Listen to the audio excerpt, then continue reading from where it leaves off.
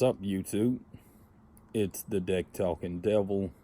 Glad to be with you again for another episode of Biblical Nonsense. Today I'm smoking on a Pissed Off Christoph cigar. Nice and peppery. Reading a book, Dr. James White. What every Christian should know about the Quran.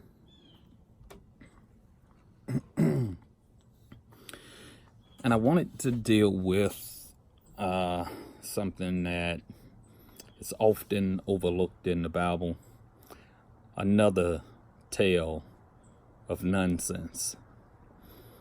In 2 Samuel 24:1, we have an account that says that the anger of God was incited against David, and God instructed David to go and number the people of Israel. In other words, conduct a census. Now, this seems rather benign. Like, what's the big deal about counting people? But apparently, this was a grave sin to count the people. From the biblical understanding, you should only count what belongs to you. So much for arithmetic. That shit's out the window. You can only count what belongs to you. Now, this is utterly retarded in and of itself. But as a subject of another matter, let's move on. God, in 2 Samuel 24:1, tells David to go and count the people. Why would God instruct David to sin?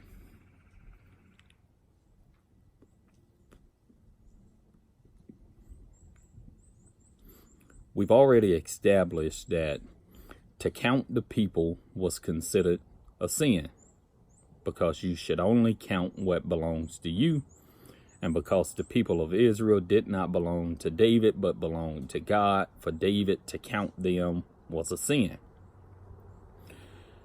But God instructed him to do it.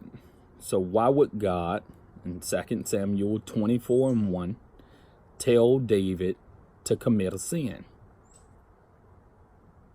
Or did God tell him? Here's the minutia. If you read 1 Chronicles 21:1, it says that Satan rose up and incited David to go and count the people.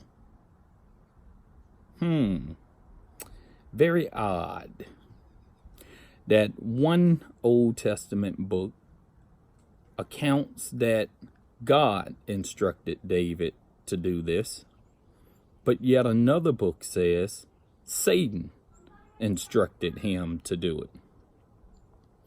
Now, which of these accounts are we to believe? Are we to believe that God, according to 2 Samuel 24:1, instructed him, or Satan, according to 1 Chronicles 21:1, instructed him to do it? Which one of them would cause David to commit a sin? Well, it depends on if you think that they're two different entities. Now, if you think that it's Satan who causes people to sin, then you would go with the version in Chronicles 21:1. If you believe that God's a sadistic bastard who tempts and tortures people for fun, you think that it's 2 Samuel 24:1. The problem is, we don't know. The problem is that the Bible tells us that they both did this. In one version, we have God instructing David, his favorite king, to sin.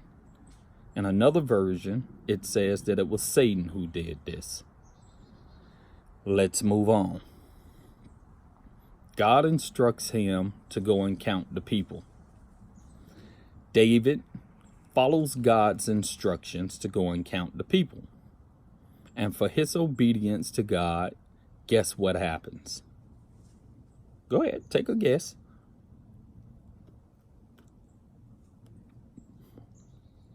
You guessed it.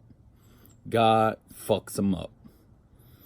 God gives David this ultimatum.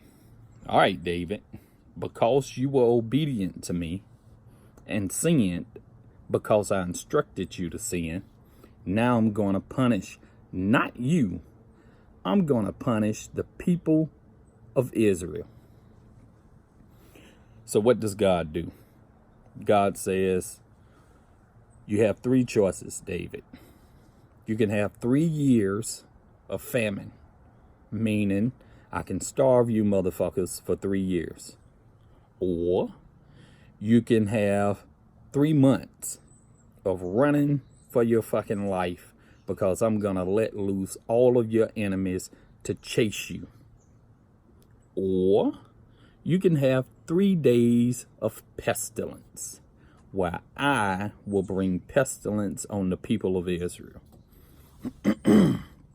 Yeah, David says, let me think this over here. Now, 3 years, you can bring famine, meaning we'll all starve, me included. Or for 3 months, you'll sick my enemies on me to chase me to try to take my life. The first 2 options involve me personally being fucked up. I'll go with the third option, which involves you killing the children of Israel. What a king. So he takes this third option, and God, in 3 days, inflicts the children of Israel with pestilence to such a degree that over 70,000 people die. 70,000 people died. 70,000 people who did not commit the sin. It was David who committed the sin that God instructed him to commit. And God, in return, kills 70,000 people.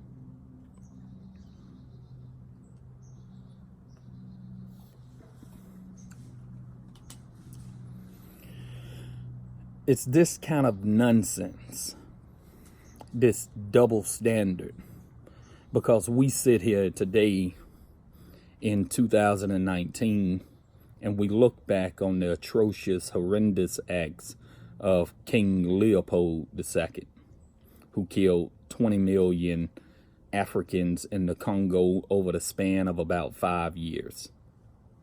And we say that he was a monstrous, murderous, sadistic son of a bitch. We look back on Joseph Stalin. We look back on Adolf Hitler. We look back on Saddam Hussein, Osama bin Laden, George Bush, Christopher Columbus. We look back on these monstrous motherfuckers who killed droves of people, and we say that they deserve to burn in hell. They were rotten individuals. But when God instructs David to commit a sin and then turns around and to punish the children of Israel for the sin that he instructed David to commit by murdering 70,000 people, we sit in silence and say, he's God. And then we perpetuate this bullshit by teaching our children that God is love, that he's merciful, that he's forgiving, that his ways are beyond finding out, that his ways are not like our ways, but his ways are much higher. We teach them this nonsense, but any idiot with ironclad eyes, blind Willie Lemon, could see the irony, the stupidity, the utter buffoonery in this nonsense that's perpetuated in the scriptures. God instructs a man to sin. And when the man is obedient to God, God kills 70,000 people.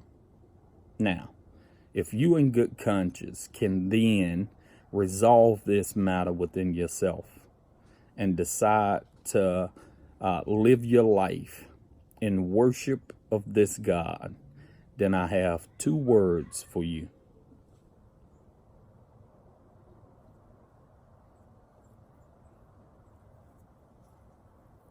Need I say more? This is biblical nonsense. This is the utter stupidity to which I am vehemently against. This has been the Deck Talking Devil. Until next time, keep smoking, my friend.